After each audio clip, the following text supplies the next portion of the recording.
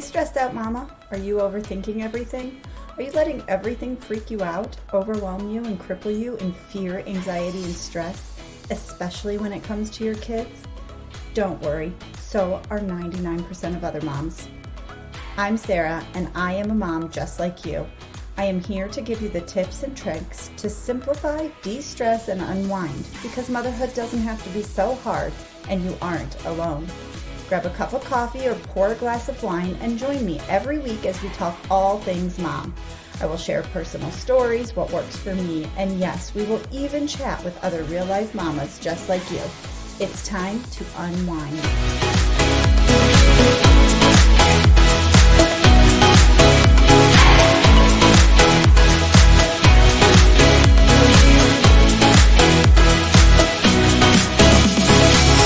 Hi friends, it's Sarah here, and I wanted to pop in today and talk to you about tantrums or meltdowns. Do you know the difference? I didn't know the difference for a long time, and they can look very similar and look a lot alike, but they're very different. So a meltdown, or let's start with a tantrum, because every toddler can have tantrums, but not every toddler can have a meltdown,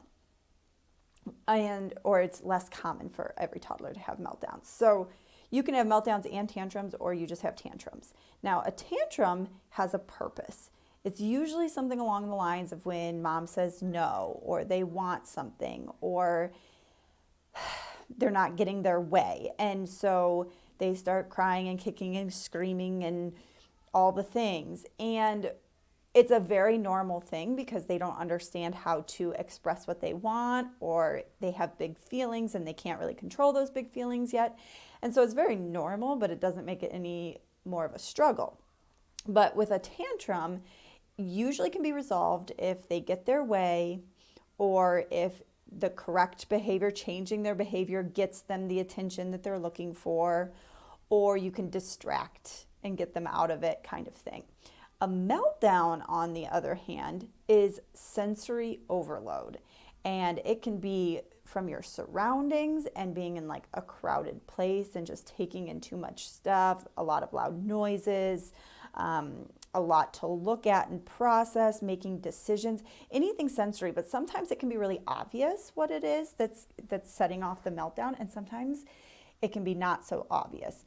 But the problem is that they look the same, because it's usually the signs of a meltdown are also like crying and collapsing on the floor, not being able to do what you want. But with a meltdown, they don't care who's watching. And sometimes if people are watching, it fuels the meltdown, because they don't, that's overwhelming and emotionally overwhelming and sensory overwhelming to them, the worry about what people are thinking and watching them. So anything that's kind of overstimulating and overwhelming is a meltdown. And the only way that you can end a meltdown, there's two ways. They either wear themselves out and they just get so tired there's nothing left, and a lot of times that results in them like falling asleep, or you bring them to an area that's calm, that doesn't have any sensory overload, quiet, calm space, and then they can calm themselves down. But giving them attention's not going to work. Bribing them, giving them what they want, ignoring it, like none of that matters. They don't care about any of that, because it's an emotional meltdown. And adults can have these emotional meltdowns too. So even, you don't have to have any kind of like mental illness or diagnosis to have a meltdown. It's just your brain's on overload. So for me, I didn't know that there was a difference. And so I chalked up a lot of Austin's behavior in the beginning, like he would have these crying fits, and I just assumed that they were tantrums and that everybody was dealing with this. And luckily his tantrums weren't necessarily kicking in screaming kind of tantrums, but they were, he would just lay on the floor and be sobbing, and my legs don't work and I can't walk. And I remember, now we knew pretty early on, he was 2 when we started to know that he's not your quote unquote typical child. And we started through the process of figuring things out. And that's when I started to learn about the difference between meltdowns and tantrums.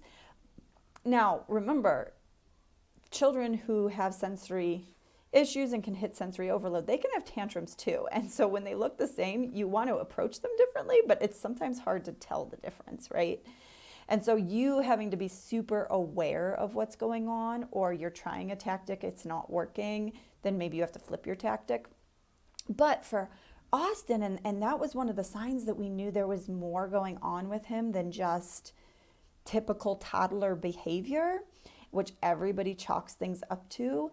And for me, that's super frustrating because as a mom, I knew that wasn't the way it was. But as you know, everybody else just saw it as a tantrum, or like all toddlers cry and meltdown, it's fine. Well, that's not true. So one of the big turning points, it was actually this past year, and it was right before he got his anxiety diagnosis, that I was talking to one of my mom friends, and we were talking about how one of his issues is transitions and leaving, and that's all his anxiety. And I can't see that. I can't relate to that because I don't have this. So it's really hard for me to relate to him in that way. And it was also hard for me then to also see that this was not necessarily typical toddler behavior, because I don't feel that way. I don't struggle leaving the house. I don't get these anxious feelings about going places and transitions. When we would transition, we'd go somewhere, like go to school or go to music class or little gym. These were all part of our routine, our weekly routine. They were consistent. They were the same time every day. We're very scheduled, routined people. And even going for our evening walk, we've noticed in quarantine has been a big issue. We go for a walk on the same route every day.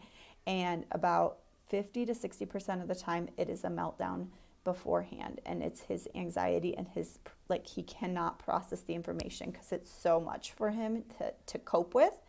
And I was talking to one of my mom friends who has kids that are the same age as mine. And I was telling her how, like if we go to school, he'll be like crying and just like full-blown meltdown mode. I can't walk. I can't whatever, function basically. And I'd have to pick him up and carry him to the car, put him in the car. And he would cry the entire way to where we were going. And then when we got there and he had to get out, he would pull it all together and be able to go in and do what he needed to do. And it was eye-opening because she goes, Sarah, my kids don't do that. Like they cry when we leave the house and they don't want to. Like they definitely do that. But then once we're like out of the driveway down the street and there's something new to look at, they're over it. That's the difference. That was that key turning point that I was like, oh, what? Like other people don't listen to their kid cry the entire way driving somewhere. So if it's a 10-minute drive or it was a 20-minute drive, it didn't matter. He would cry the whole way. Now, part of his anxiety is that he was very private. And so he would not want to have those feelings in front of people he doesn't know and he wasn't comfortable with. And so he was able to snap out of it, but it wasn't related to anything that had to do with like, I don't want to, or I don't like, even though it seems that way, right? So it seems like, well, I don't want to go to little gym. I don't want to go to school. And that's what he was saying to me. But it was the overload, the emotional overload of the anxiety and what he was trying to anticipate, like what's going to happen? What am I going to do? Are they going to have me do something that I don't understand or I don't know how to do? Am I going to fail? Is it going to be hard for me? All these things are running through his head and his brain couldn't handle it and he would just lose it. He would melt down. And I never understood that because I don't have anxiety. Now that I'm learning about it and I'm talking to other people who have it, I'm starting to get an understanding of the feelings inside that he can't verbalize for me, and it comes out in this meltdown, which to the rest of society looks like a tantrum. And why it's key to understand the difference between these now and when your kids are toddlers, we don't want to compare our toddlers. We don't want to, we're always like, don't compare my kid. Every kid is different, which is very true. I have my daughter who has straight up tantrums and rarely has anything meltdown related. I couldn't even tell you if she's ever had a meltdown, but she has tantrums. That is for sure. She is strong-willed. But what the fault in that is, and I was guilty of this for a long time, is the more that we say, oh, it's just toddler, just toddler, just toddler, if it's an actual issue that we're not coping with and we're not learning the proper ways to teach our children to cope with, it comes out in different ways later. In elementary school, my sister's a 5th grade teacher, and she was talking to, she had some, I think she's 5th grade. Anyway, she's an upper elementary teacher, and she had students who now they're realizing they have more going on than typical behaviors, and that the parents are like, well, oh yeah, I always questioned this, and I always wondered about this. We need to question. If you're questioning and you're wondering about it, and it's something that you're like, I've always wondered if this is really normal behavior or not, it's probably not. It's worth getting checked out. What's the worst that happens? Either they tell you, no, it's normal, it's typical, your kid's fine, or it's actually, yeah, we're seeing a little bit of this. Let's learn the coping skills when we're 2, 3, 4, 5 years old, before we get into school, before we're going into middle school and high school, and when things get a lot harder to process and manage and cope with, you already have the skills. You already have the coping skills. So we are constantly working on these different coping skills when Austin has these meltdowns, before he has this meltdowns, realizing in his own body and how he's feeling before you get to the point of a meltdown. And okay, what can we do? So right now for him, for example, he's very into Legos, and Legos are his calming. He was having a meltdown in the car on the way home from a hike a couple of weeks ago, and it was a 20-minute drive, and it was just, nothing was working. Lucy, bless her little heart, was trying to help him. Nothing. I mean, there was no getting through to this kid. And it occurred to me, and I asked, because he always tells me, I want to build with you. I asked him, I said, oh, when we get home, let's build Legos. What do you want to build? And we started talking about what he wanted to build. And that is one of his coping mechanisms. So I see him when we're at home and have that ability to go to his room and build Legos. When he starts to get overloaded, he'll just leave, go to his room, and shut his door and build for a half an hour. Or if he gets upset with something, or, he's having these emotions, we call them red feelings or red emotions. And if he's starting to get those emotions and he's in the yellow, like a stoplight, he knows to go and start building. Now, it's not foolproof right now because he's still little and emotions can just overtake you and the reasoning part of the brain isn't there yet. But he is starting to learn those coping skills, and right now that's Legos. So we have like a traveling Lego bag now that we take with us places, so that if he needs to calm himself and desensitize himself, then he has that to turn to. So do you know the difference? I hope this was kind of like a wake-up call of there are differences. When you see kids out in the store, they might not be having a tantrum, they might be having a meltdown. Most of you are moms, so you're probably pretty sympathetic to those moms in the grocery store, but I know that there are judgmental moms and judgmental people out there who are looking at you, and that's why the education behind the two I really want out there, so that people understand sometimes it's a sensory overload and they can't control it and the parent can't control it, because it's just that sensory overload. Let me know in the comments if you have ever questioned whether your toddler is having a tantrum or a meltdown, or if you've looked at some of their behaviors and you're like, is this normal? Is this typical? Oh, it must just be typical. Is it though? If you have those thoughts going through your head, that's where I was. I was always going back and forth. I don't know, maybe it's just normal. Well, it doesn't seem normal, but maybe it's normal. But it's probably just normal, but I don't know. Literally, that's my head. That is what goes on a daily basis.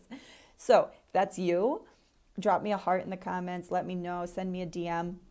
And let's chat, because we want to start to work on those skills and those coping mechanisms now, and figure out whether that's something that you and your family and your child needs or not. I hope this was helpful. I hope that it's not storming where you are like it is here. And I will talk to you all later. Cheers, mamas.